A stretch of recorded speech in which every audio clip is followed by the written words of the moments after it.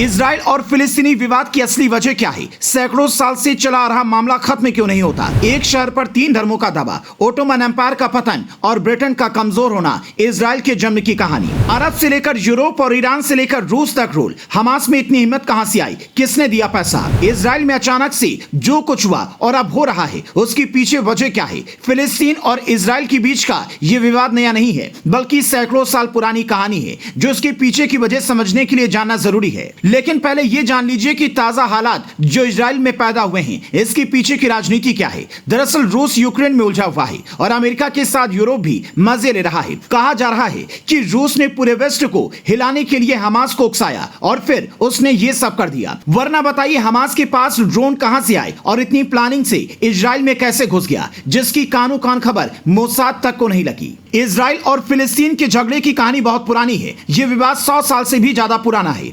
प्रथम विश्व युद्ध में ऑटोमन सल्तनत की हार के बाद फिलिस्तीन के नाम से पहचाने जाने वाले हिस्से को ब्रिटेन ने अपने नियंत्रण में ले लिया। उस वक्त इजराइल नाम से कोई देश नहीं था। इजराइल से लेकर वेस्ट बैंक तक के इलाकों को फिलिस्तीनी क्षेत्र के तौर पर जाना जाता था।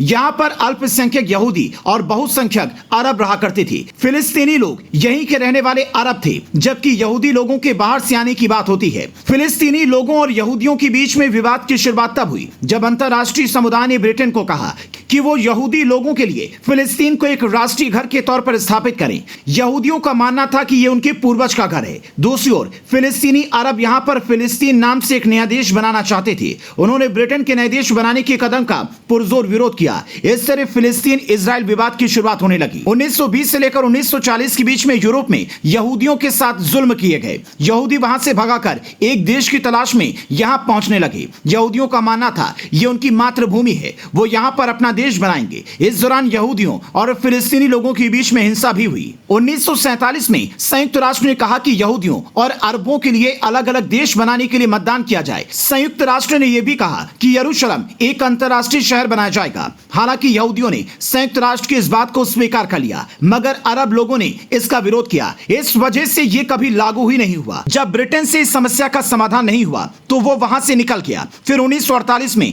यहूदी नेताओं ने इजराइल के निर्माण पर ऐलान कर दिया। फिलिस्तीनियों ने इसका विरोध किया और इस तरह से दोनों पक्षों के बीच में पहले युद्ध की शुरुआत हुई। तब तक संघर्ष विराम लागू हुआ। जब तक संघर्ष विराम लागू हुआ तब तक इजराइल के पास में एक बड़ा हिस्सा आ गया।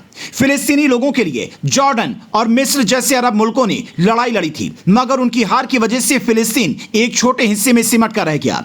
जॉर्डन के कब्जे में जो जमीन आई उसे वेस्ट बैंक का नाम मिला, जबकि मिस्र के कब्जे वाले इलाके को गाजा स्ट्रिप कहा गया। वहीं यरूशलेम शहर को पश्चिम में इजराइल सुरक्षा बलों और पूर्व में जॉर्डन के सुरक्षा बलों के बीच में बांट दिया गया। यह सब बिना किसी शांति समझौते की किया गया। 1967 में जब दोबारा युद्ध हुआ तो इस बार इजराइल ने पूर्वी यरूशलेम के साथ साथ वेस्ट बैंक और गाजा स्ट्रिप पर भी कब्जा जमा लिया। गाजा से तो इजराइल पीछे हट गया, मगर उसने वेस्ट बैंक पर कंट्रोल जारी रखा है। इजराइल पूर्वी यरूशलेम को अपनी राजधानी के तौर पर होने का दावा करता है, जबकि फिलिस्तीनी लोग इसे अपने भविष्य की राजधानी मानते हैं। ज्यादातर फिलिस्तीनी लोग अभी भी वेस्ट बैंक में ही रहते हैं, जबकि कुछ लोग गाजा स्ट्रिप में रह रहे हैं। यह विवाद कितना करीबी है और कैसे इन दोनों देशों के लोग एक दूसरे के सामने रहते हैं, यह समझने के लिए इन दोनों देशों के भूगोल को भी समझना होगा। इजराइल की पूर्वी हिस्से में वेस्ट बैंक मौजूद है, जहां फिलिस्तीन नेशनल अथॉरिटी फिलिस्तीनी लोगों के लिए सरकार चलाती है। इससे संयुक्त राष्ट्र से मान्यता मिली हुई है। इजराइल के दक्षिण पश्चिम हिस्से पर एक पट्टी है जो दो तरफ से इजराइल से घिरी है, एक तरफ से भूमध्य सागर और एक तरफ से मिस्र की ओर से।